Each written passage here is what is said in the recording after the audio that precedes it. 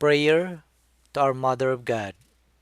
O Mary, Mother of God, as you are above all creatures in heaven and on earth, more glorious than the cherubim, more noble than any here below, Christ has given you to his people, firm bulwark and protectress, to shield and save sinners who fly to you.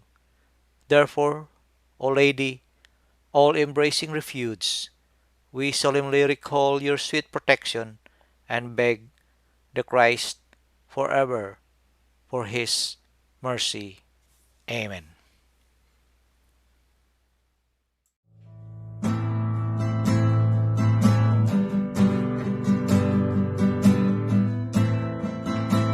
Sing hallelujah to the Lord,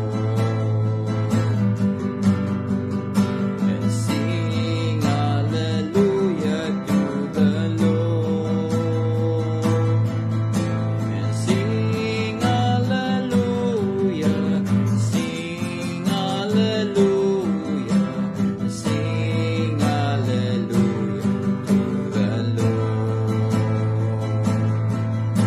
And sing hallelujah to the Lord. And sing hallelujah to the Lord. And sing hallelujah, sing hallelujah, sing hallelujah to the Lord.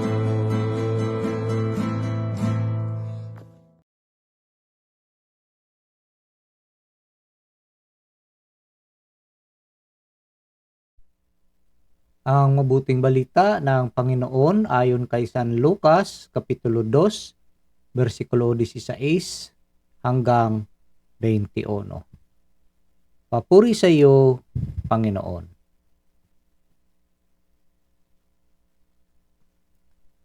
Noong panahong iyon, nagmamadali ang mga pastol na lumakad patungong Bethlehem at nakita nila sina Maria at Jose at ang sanggol na nakahiga sa sabsaban. Kaya't sinaysay nila ang mga sinabi ng anghel tungkol sa sanggol na ito, at nagtaka ang lahat nang nakarinig sa sinabi ng mga pastol. Natanim sa isip ni Maria ang mga bagay na ito at kanyang pinagbulay-bulay. Umalis ang mga pastol na nagpupuri sa Diyos at nagpapahayag ng kanyang kadakilaan dahil sa lahat ng narinig nila at nakita na ayon sa ibinalita sa kanila ng anghel. Pagdating ng ikwalong araw, ay tinuli ang bata at pinangalan ng Jesus, ang pangalang ibinigay ng anghel bago pa siya ipinaglihi. Ang mabuting balita ng Panginoon. Pinupuri ka namin, Panginoong Hesukristo. Isang mapagpalang Lunes po sa ating lahat. Happy New Year. Isang mapagpalang New Year, no? Lunes, January 1, 2024 na po tayo.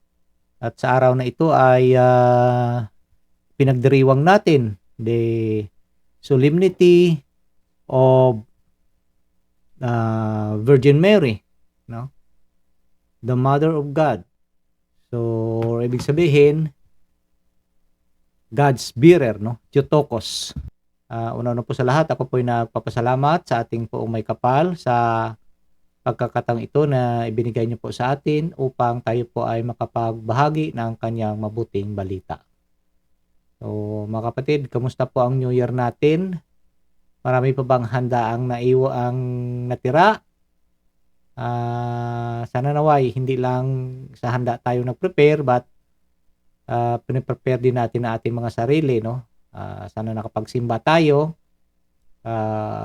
Lunes dito sa amin. Hindi ito holiday obligation, but then kailangan din nating magsimba para makapagpasalamat sa Panginoon at makapagpasalamat din sa ating mahal na ina.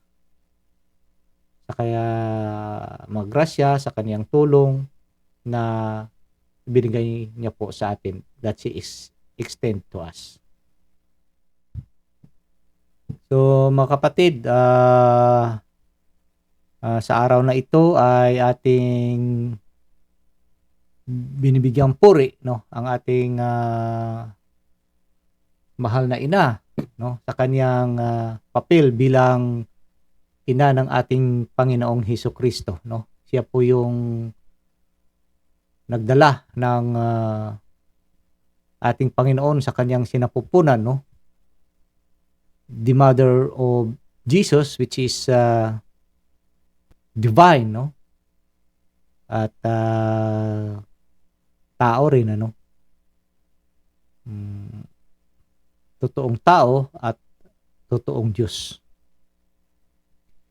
Pero marami ang mga nagko-contradict dito, no, sa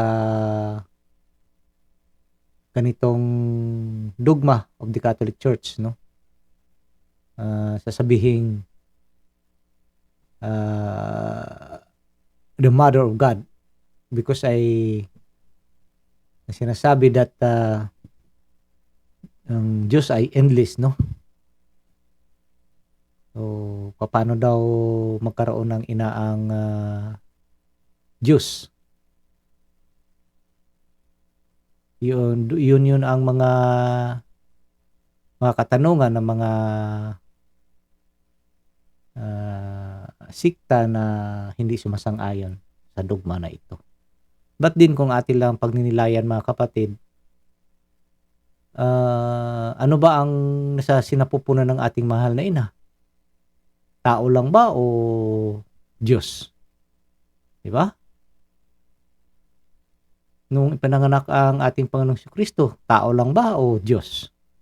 Yun ang mga katanungan. Nung sila ay kumakain, ano ba ang kasama nila? Diyos ba o tao lang?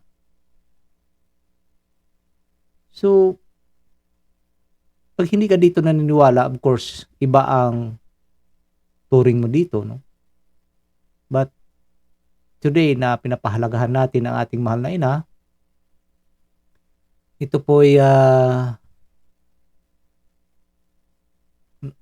kadalasan, ano, marami din ang bumabatikos, no.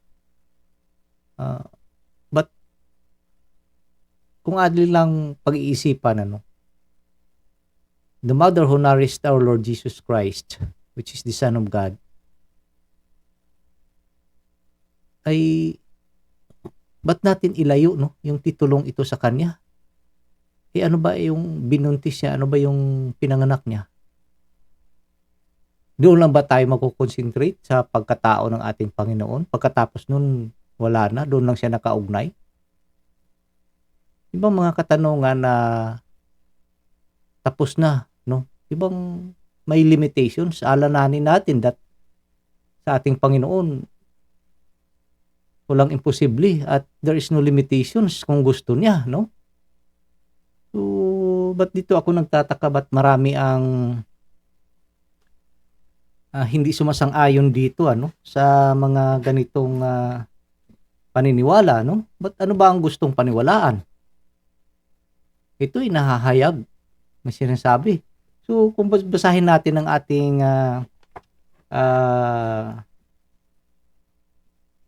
documents dito sa the Catechism, the Catholic Church, paragraph 466, no? Ito po'y nauukol sa the Nestorian heresy regarded Christ as a human person joined to the divine person of God the Son. Opposing this heresy, Saint Cyril of Alexandria and the Third Ecumenical Council at Ephesus in 431 confessed that the Word uniting to himself in his person, the flesh animated by a rational soul became man, which is Mababasa natin ito sa Council of Ephesus 431 sa Detzinger 250, no? Christ, humanity has no other subject than the divine person of the Son of God, who assumed it and made it his own from his conception. For this reason, the Council of Ephesus proclaimed in 431 that Mary truly became the mother of God by the human conception of the Son of God in her womb. So, mother of God, not that the nature of the Word or his divinity received the beginning of its existence from the Holy Virgin, but that since the Holy Body, animated by a rational soul, with the Word of God united to himself according to the hypostasis, was born from her, the Word is said to be born according to the flesh. See? Dito mababasa natin sa ating dokumento, ano? But sinasabi ko na, hindi ko ma-reconcile sa aking sarili that bakit marami ang yung mga bumabatikos dito, no, sa mahal na ina. Ano bang kasalanan na nagawa nila sa mahal na ina, di ba? So pag ipagpatuloy natin dito rin sa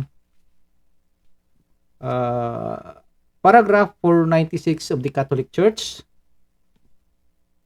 from the first formulation of her faith, the Church has confessed that Jesus was conceived solely by the power of the Holy Spirit and the womb of the Virgin Mary, affirming also the corporeal aspect of this event. Jesus was conceived by the Holy Spirit without human seed. So, ito po ay mababasa natin sa Council of the Lateran 649. The Father see in the virginal conception the sign that is truly was the Son of God who came in a humanity like our own. Thus, St. Ignatius of Antioch at the beginning of the 2nd century says,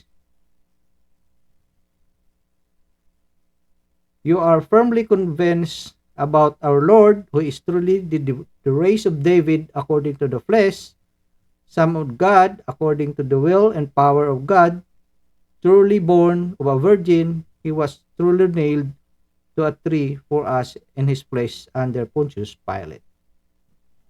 At kung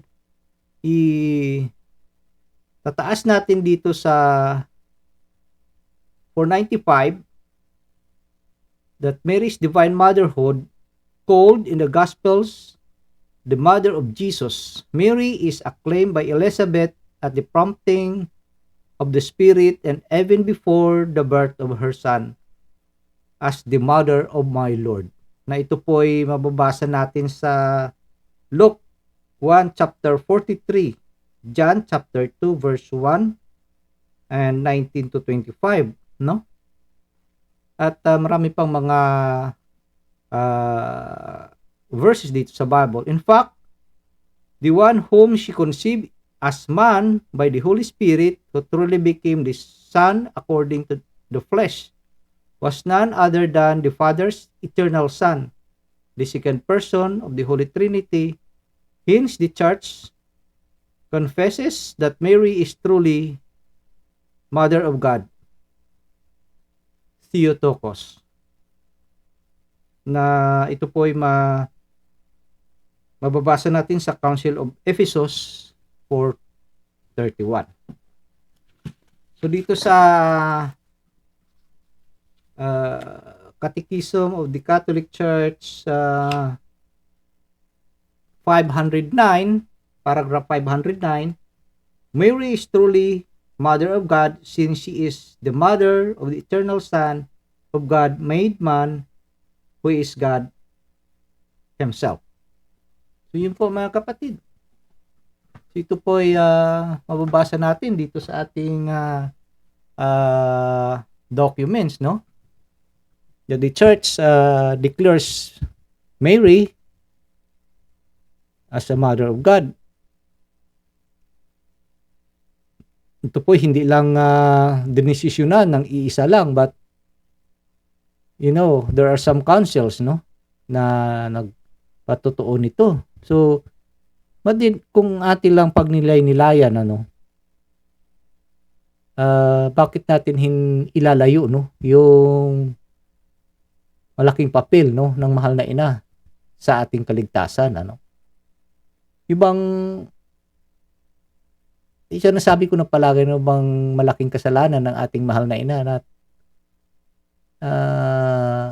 ganun na lang ang kanilang galit, ganun na lang ang kanilang pagkainis o hindi mo maintindihan. Ay hindi ko ma-reconcile ang aking sarili kung bakit ganun ang mga damdamin ng mga kapatid natin, na which is yung papel ba yung nagawa, no, ng ating mahal na ina sa pagpapalaki sa ating mahal na Panginoon hanggang sa cross, no? Even nga sa ilalim ng krus na doon ang mahal na ina, yung dalamhati niya, no? But kung atin lang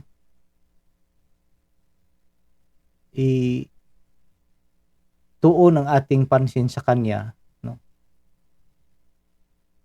siya po ay handang-handang tumulong sa atin, mga kapatid, with trust and confidence, no, with faith sa kanya. Matutulungan niya tayo sa ating mga pangangailangan, no. That image of the Mary, Mother of Grace, no? Yung kamay niya ba na ibang nakababa na may race, no? So kung may tiwala lang tayo at pananalig sa kanya na handa siyang yung tulong, no, mula sa ating Panginoong Hesukristo, yung mga grasya, no, ay handa-handa niyang i-pour out ito sa atin. Yun lang ang kulang. Kasi minsan wala tayong tiwala sa kanya, no? Hindi natin siya pinapahalagahan. So, but the more we trust in her, may galang tayo, yung malaking pananalig natin na yung mga panalangin natin ay kanyang dalhin, no, sa ating Panginoong Hesus. Yung mga dinadasal natin, ay pakinggan ng ating Panginoon through the intercession of her mother. I myself, no, in my experience, no, maraming beses na akong lumapit sa mahal na ina, difficult times, some difficulties in life, lahat, mabibigat na mga trials, but she is always there, no? She is always there na handang tumulong, no? Handa kang damayan sa inyong mga problema, sa inyong mga pangangailangan. But of course, hindi lahat ng mga hinihiling natin ay binibigay ng mahal na ina, no? But as much as possible, yung pangangailangan natin ay kaniyang dinidinig, no? Dinadala niya yung mga panalangin natin sa ating mahal na Panginoong Hesukristo. So, mga kapatid, sana naway, no, sa ating mga kapatid din sa kaiba yung pananampalataya, sana naman yung palaging sinasabi, respeto lang.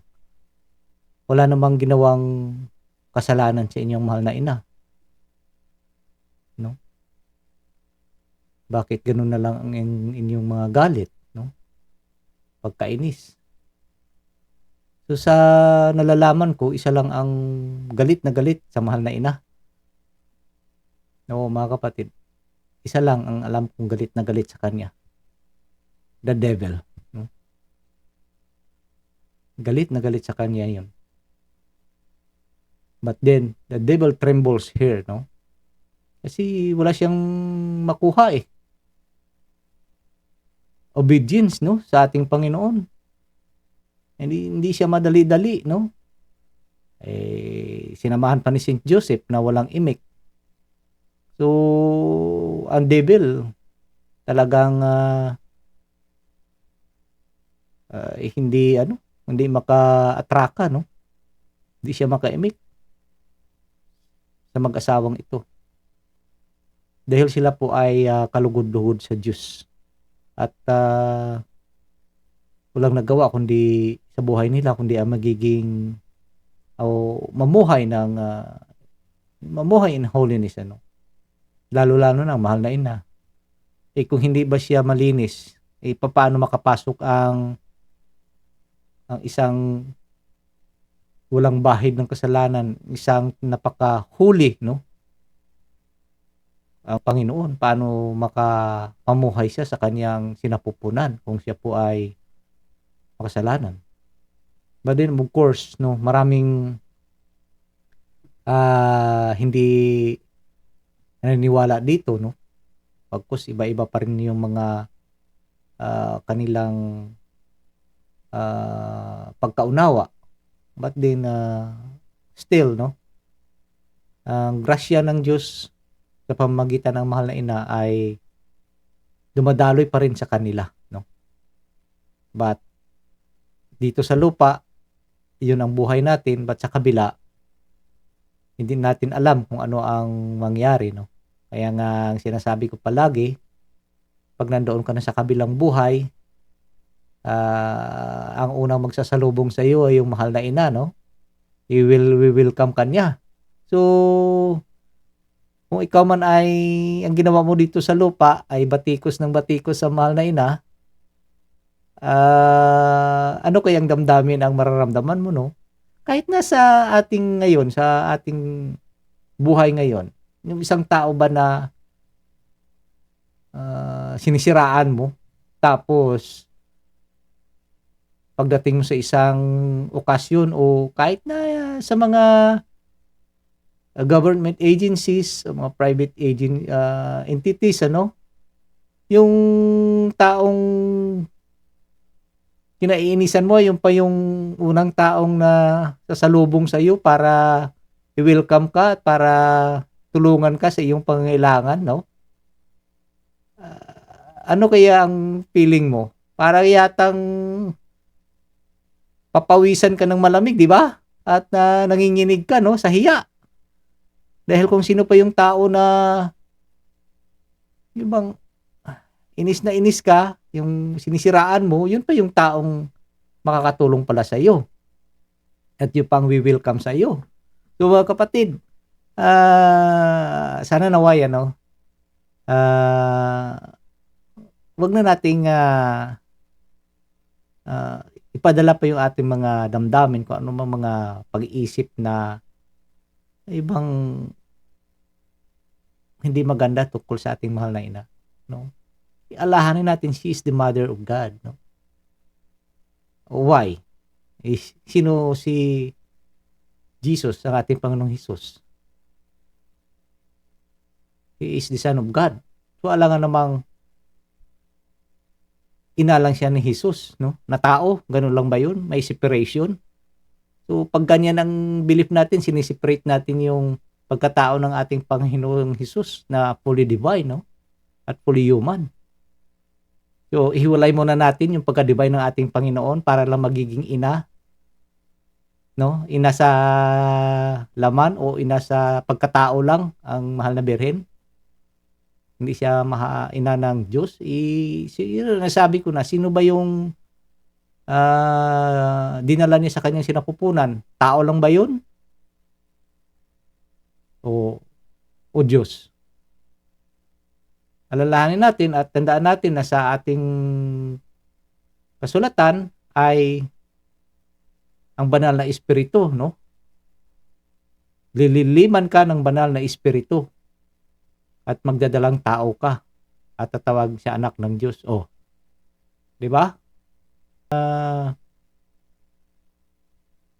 Para mag-conceive ang ating mahal na ina, siya yung nag-overshadow, no? Para magdadalang tao, mag-conceive ang ating mahal na ina. So, by saying na she is the mother of God ay hindi na tama. So, mga kapatid, pag-iisipan lang natin, no, sa mga bagay na ito. At sa araw na ito ay is the solemnity of the Blessed Virgin Mary, the Mother of God. Theotokos means bearer of God. So, hindi natin pwedeng maihiwalay yan, mga kapatid. Hindi pwede nating maihiwalay yan. So, yung sinasabi ko palagi na kung ikaw may anak na abogado, doktor, nurse, teacher, engineer, o architect, o pilot, ano ba yung tatanong sa iyo? O, sino yan? Ay, ina yan ni architect. O, ibig sabihin, kahit hindi na nga siya architect, pero ina siya ni architect, ina siya ni engineer, ina siya ni kapitan, di ba? Nakaugnay din yun. Alaga namang ina lang siya ni kung sino-sino. Of course, kung isang tao may title na, ay, ina ni congressman yan. Oh. Oh. Eh, sa ating mahal na ina, anong tatawagan na natin sa ina lang siya ni Jesus? Diba? So, mga kapatid, itong ating ginugita ngayon ay isang pagpapahalaga, no, sa ating mahal na ina dahil sa malaking papel niya sa ating kaligtasan. So, sana naway itigil na natin sa ating mga kapatid dyan sa kabila, sa iba yung nating pananampalataya, sana naway tigilan nyo na ito, no. Ako ay mihingi sa inyo ng pabor na tigilan nyo na ito. Kung hindi naman kayo sang-ayon sa paniniwala ng Katoliko, respeto lang. Wala naman siyang ginawang kasalanan sa inyo, no? Wala. Bagkos ay nandiyan pa rin siya na tumutulong sa inyo. Hindi nyo lang alam. Kahit na gano'n ang ginagawa niyo sa kanya, but then, because we are her son and daughters, patuloy siyang nananalangin sa atin. So, mga kapatid, sana naway mahalin natin ating mahal na ina as we love our mother, no? Dahil kagaya ng pagmamahal natin sa ating ina, gayon din ang pagmamahal ng ating Panginoon sa kanya. So, kung ano man ang ating mga problema, ang ating mga hinihiling sa ating Panginoon ay idulupo natin sa kanya at hilingin natin, no, na ipaabot sa kanyang mahal na anak ang ating mga pangangailangan at mga panalangin. Mga ating mahal na ina ay nandiyan palagi sa atin na handang tumulong at gumabay. So, yun lang po mga kapatid at marami pong salamat. Sana naway ang Panginoong Jesus, ang banal na espiritu ay gagabayan po tayo sa ating araw-araw na pamumuhay at ilayo po tayo sa anumang kapahamakan. At bago po ako mag-end ay ako po yung nagpapasalamat sa lahat nating na mga subscriber, sa lahat nating na mga sumusubaybay at sumusuporta sa ating munting channel na ito. Marami pong salamat sa inyong lahat. At wag lang po nating kalimutan na kumapit lang po sa patalim ang salita ng ating Panginoong Jesucristo. So marami pong salamat at God bless us all. Manalangin po tayo. Sa ngalan ng Ama, ng Anak, ng Diyos, Espiritu Santo. Amen. Spirit of wisdom and understanding, enlighten our minds to perceive the mysteries of the universe in relation to eternity. Spirit of right judgment and courage, guide us and make us firm in our baptismal decision to follow Jesus' way of love. Spirit of knowledge and reverence, help us to see the lasting value of justice and mercy in our everyday dealings with one another. May we respect life as we work to solve problems of family and nation, economy and ecology. Spirit of God, spark our faith, hope, and love into new action each day. Fill our lives with wonder and awe by your presence, which penetrates all creation. Amen. Sa ngalan ng Ama, ng Anak, ng Diyos, Espiritu Santo. Amen.